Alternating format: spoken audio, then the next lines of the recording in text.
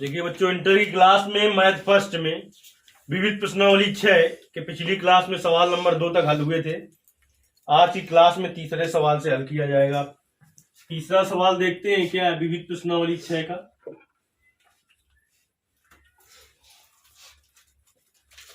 देखिए, विविध प्रश्नावली में जितना आप उस चैप्टर में पढ़ चुके हैं सभी प्रश्नावलियों के सवाल होते हैं।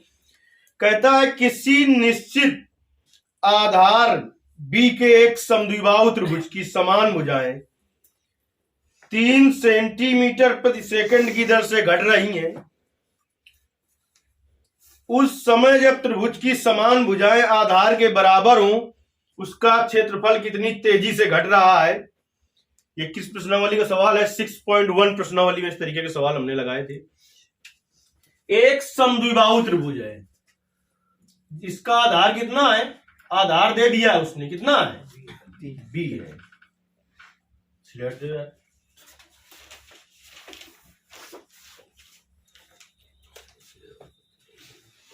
समद्विबाहु त्रिभुज जानते हो किसे कहते हैं? ऐसा त्रिभुज जिसकी दो भुजाएं बराबर हो कहलाता है समद्विबाहु त्रिभुज।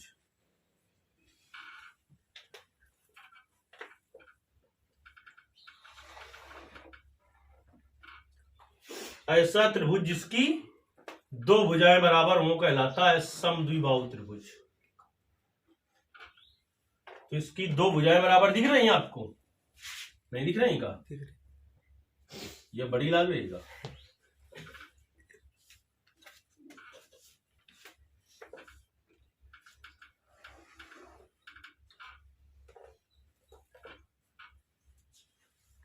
ए बी सी कैसा त्रिभुज है? समद्विबाहु। ठीक, जिसका आधार दे रखा है उसने, कितना है आधार? डी है। जब समद्विबाहु त्रिभुज है तो इसकी दो भुजाएं जो बराबर है, तो हमने मान लिया ए बी और ए सी बराबर है। दोनों कितने कितने की मान ली? तीन तीन की। कहां दे? तीन यक्स की मान ली। अब देखिए सवाल को पढ़ते हैं हम। कहता है किसी निश्चित आधार बी, आधार क्या है इसका? निश्चित है और कितना है? बी के एक समद्विबाहु त्रिभुज की समान भुजाएं जो हैं, समान वाली भुजाएं जो हैं, वो 3 सेंटीमीटर प्रति सेकंड की दर से घट रही हैं। तो समान भुजाएं यक्स माना है, तो 3 सेंटीमीटर प्रति सेकंड, तो इसका मतलब ये बटे में dt होगा और भुजाएं मानी है यक्स, तो यानी ये dx बटे dt का मान उसने दे रखा है कितना? 3 सेंटीमीटर प्रति सेकंड कह रहा है, घट रही है, तो इसका मतलब माइनस। इसका मतलब माइनस। ये इसका मान हो गया। उस समय जब त्रिभुज की समान भुजाएं आधार के बराबर हो, जिस समय त्रिभुज की समान भुजाएं क्या है? यक्स है। किसके बराबर हो? आधार के। यानी यक्स बराबर जब क्या हो? बी हो, तो इसका क्षेत्रफल कितनी तेजी से घटेगा। तो ये समद्विबाहु त्रिभुज है। कैसा त्रिभुज है? तो समद्विबाहु त्रिभुज के क्षेत्रफल का सूत्र जानते हैं आप? समद्विबाहु त्रिभुज के क्षेत्रफल का सूत्र नहीं होता जब तक कि हमें ऊंचाई ना मिले। क्या ना मिले? तो हम क्या करेंगे?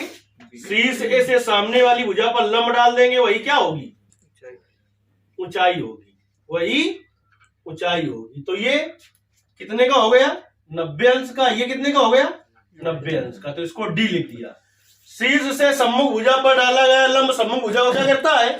समद्विभाजित करता है। जो पूरी बी की थी इतनी कितने की हो जाएगी? b/2 की, और ये b/2 की हो जाएगी। बात समझ में आई कि नहीं आई? अब चाहे इधर का त्रिभुज ले लीजिए, क्योंकि जब इस त्रिभुज ए बी सी का क्षेत्रफल निकालोगे तो त्रिभुज का क्षेत्रफल होगा 1/2 आधार है बी गुणते ऊंचाई एडी। तो एडी का मान हमें चाहिए। एडी का मान हमें चाहिए। तो एडी का मान कैसे निकालेंगे? चाहे इधर वाले त्रिभुज में चाहे इधर वाले त्रिभुज में लगा दो पाइथागोरस प्रमेय, तो एडी का मान निकल आएगा। कैसे? ये 90 अंश का कोण है, इसके सामने भुजा क्या होगी? कर्ण। देखिए पहले आ जाए हम इधर वाले लिए दे रहे हैं। समकोण त्रिभुज ए डी बी में, तो 90 अंश के कोण के सामने भुजा कर्ण होती है, तो कर्ण क्या हुआ? A B. A B square बराबर क्या होगा बेटा, B D square plus A D square, A B का मान तो एक्स स्क्वायर बराबर B D by 2 plus A D square, तो एक्स स्क्वायर बराबर बी स्क्वायर बटे 4 प्लस ए डी स्क्वायर, तो इसको इधर ले आओ, X square minus B square बटे 4 बराबर ए डी स्क्वायर। हमें ए डी स्क्वायर नहीं कहेगा मान चाहिए ए डी का, क्योंकि 1/2 आधार बोलते हैं तो ये आ जाएगा अंडर रूट में X square minus B square बटे 4। अब बताओ इतने में कुछ दिक्कत क्या? अब देखिए त्रिभुज ए बी सी का क्षेत्रफल, ए बी सी का क्षेत्रफल क्या होगा, 1/2 आधार गुणते ऊंचाई, 1/2 आधार गुणते ऊंचाई, तो 1/2 आधार क्या है बी, गुणते ऊंचाई क्या है ए डी, ए डी का मान under root X square minus क्षेत्रफल को अगर लिख दे हम का ऐसे ए से। अब देखिए, अब ये बता रहा है कि अवकलन का के सापेक्ष करना है, कहे के सापेक्ष अवकलन करोगे टी के सापेक्ष, कहे के सापेक्ष अवकलन करोगे टी के सापेक्ष। तो देखिए दोनों पक्षों का क्योंकि उसने पूछा भी है क्षेत्रफल किस दर से घट रहा है, क्षेत्रफल किस दर से घट रहा है, और दिया क्या है कि जो समान भुजा है वो 3 सेंटीमीटर प्रति सेकंड की दर से घट रही है। आपसे पूछा क्या है, तो दोनों पक्षों का टी के सापेक्ष, कहे के सापेक्ष टी के सापेक्ष अवकलन करने पर जब दोनों पक्षों का टी के सापेक्ष अवकलन करेंगे आप तो क्या हो जाएगा डीए बटे dt, इसको बाहर लाओ 1/2 बी, क्यों constant D D T of under root X square minus B square बटे 4। तो देखिए इसको थोड़ा समझ लीजिए, इसको साफ कर दें, इधर लिख दें dx बटे dt का मान है -3 सेंटीमीटर प्रति सेकंड और x बराबर b है, तब इसमें ये ज्ञात करना है जब x बराबर b हो। चलिए भाई इसको साफ कर देते हैं। अब देखिए y स्क्वायर का अवकलन क्या होता है तुम्हें पता होगा, y स्क्वायर का अवकलन करना हो अगर तो यहां दूसरा z बराबर मानेंगे तो क्या होगा, x के सापेक्ष अगर y स्क्वायर का अवकलन करना है तो 2y dd x of y, इसी तरीके से इसका अवकलन किया जाएगा। इसको मानो कि ये रूट x लिखा हुआ है, रूट x का अवकलन 1/2 रूट x, देखिए क्या हो जाएगा डी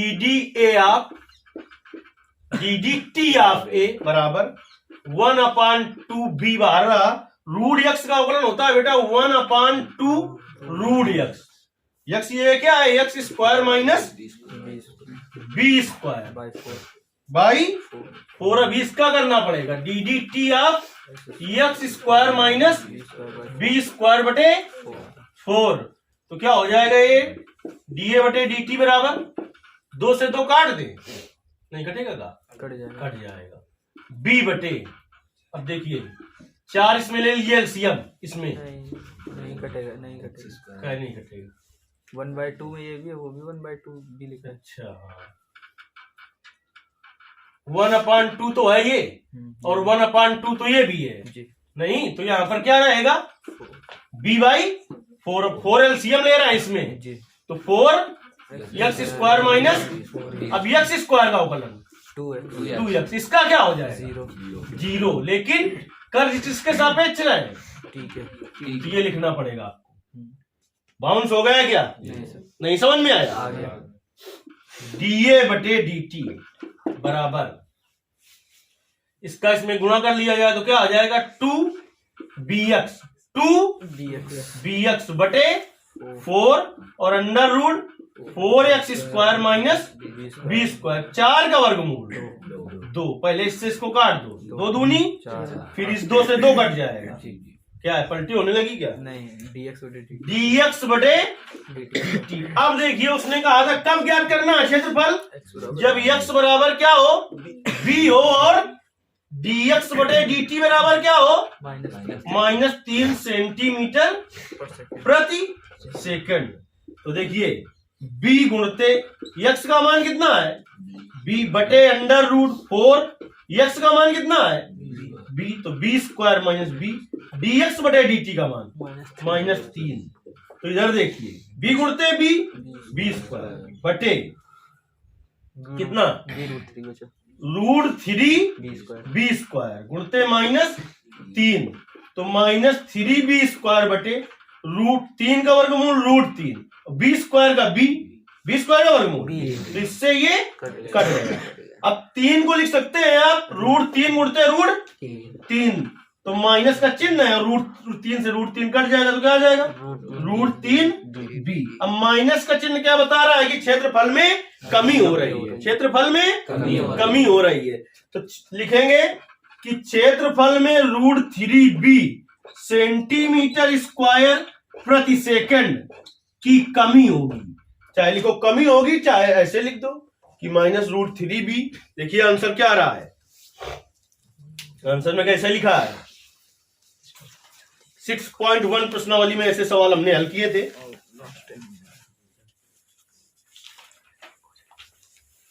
बहुत देर लगा है, बस यही आ क्या लिखा है, b√3 सेंटीमीटर पर सेकंड, b√3 सेंटीमीटर स्क्वायर पर सेकंड, सेंटीमीटर स्क्वायर प्रति सेकंड। सेकंड की क्या लिखोगे, माइनस चिन्ह आ रहा था, कमी, प्लस का चिन्ह आता तो वृद्धि होती, क्षेत्रफल में क्या होती, वृद्धि होती। चलिए अब अगला सवाल देखते हैं इसी का। सही तो लिखा है कुछ नहीं।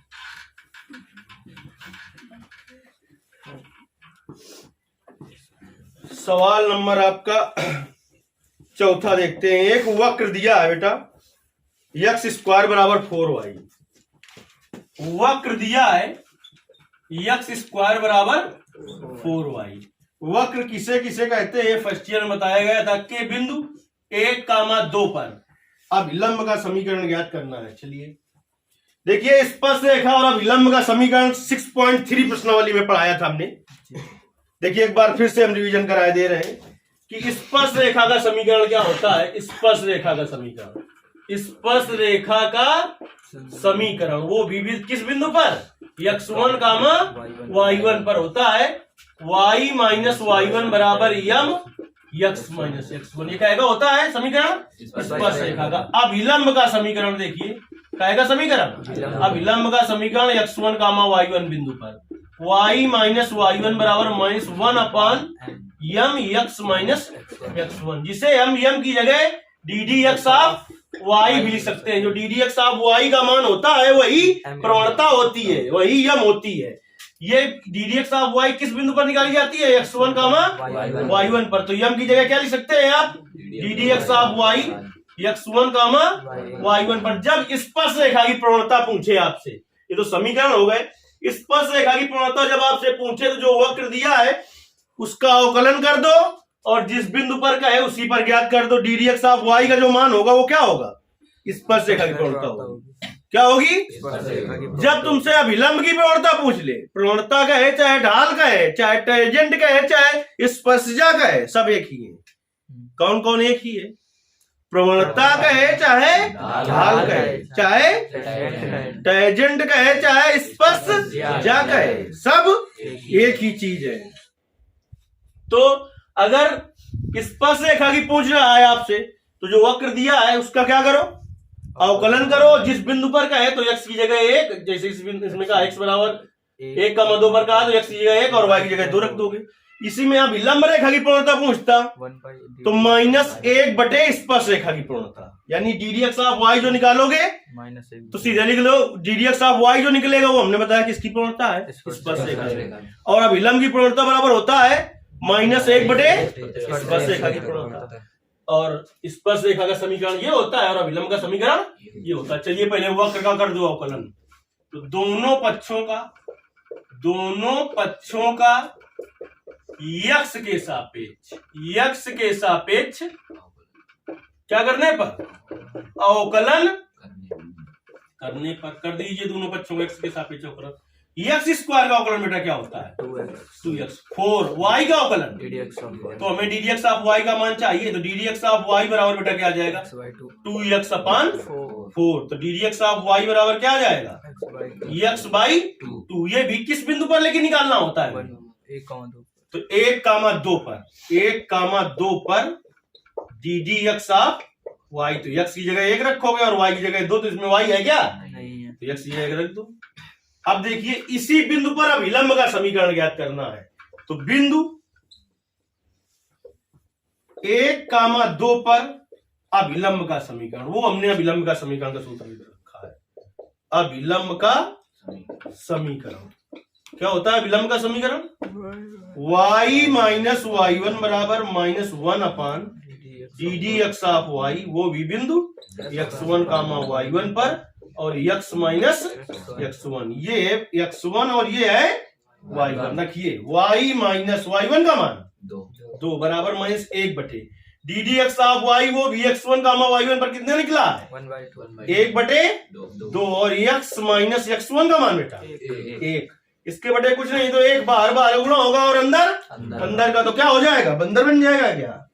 y माइनस 2 बराबर क्या आ जाएगा? -2 और x माइनस बार बार गुणा होगा और अंदर का, तो क्या आ जाएगा? y माइनस 2 बराबर -2 का गुणा कर दो, -2x प्लस 2, सबको इधर ले आओ, 2x प्लस y माइनस 2 और इसको इधर ले आओगे तो -2 बराबर 0, तो 2x प्लस y माइनस 4 बराबर 0। देखिए आंसर जरा, या उसको उधर ले जाए, 2x प्लस y बराबर 4 आ जाएगा।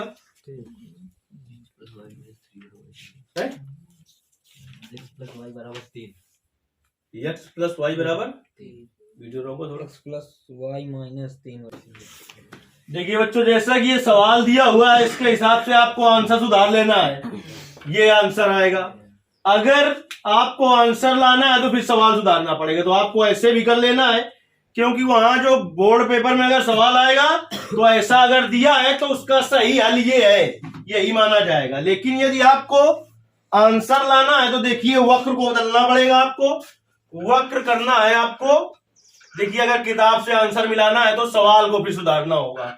सवाल के हिसाब से सही आंसर ये है, आपको वक्र करना है y स्क्वायर बराबर 4x।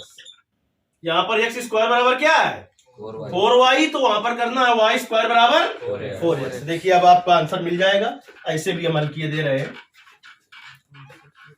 आंसर के हिसाब से सवाल बदलना पड़ेगा और सवाल के हिसाब से चलोगे तो आंसर सुधारना पड़ेगा, और हमेशा आपको सवाल के हिसाब से ही चलना चाहिए।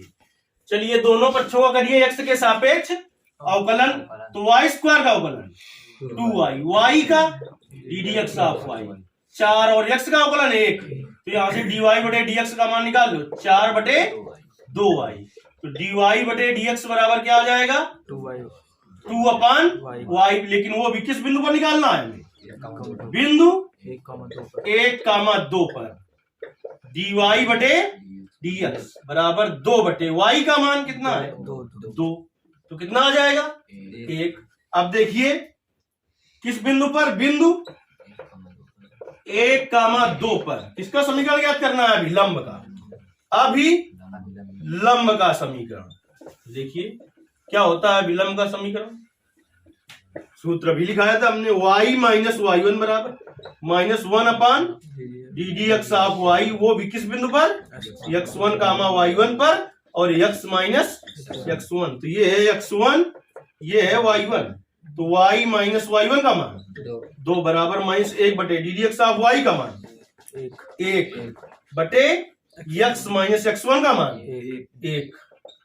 तो देखिए y माइनस 2 बराबर 1 का भाग दोगे -1 में -1 आएगा और x माइनस 1, तो y माइनस 2 बराबर -1 का गुणा कर दो, -x माइनस +1, तो इसको इधर ले आओ, माइनस में तो x प्लस में आ जाएगा प्लस y बराबर 1, इसको इधर ले जाओ प्लस का 2, तो x प्लस y बराबर 3 आ गया है, x प्लस वाई माइनस 3 बराबर 0 भी आ जाएगा। तो देखिए अगर आपको आंसर लाना है तो फिर आपको क्या करना होगा? सवाल को सुधारना होगा और सवाल के हिसाब से आंसर कोई भी होगा 15।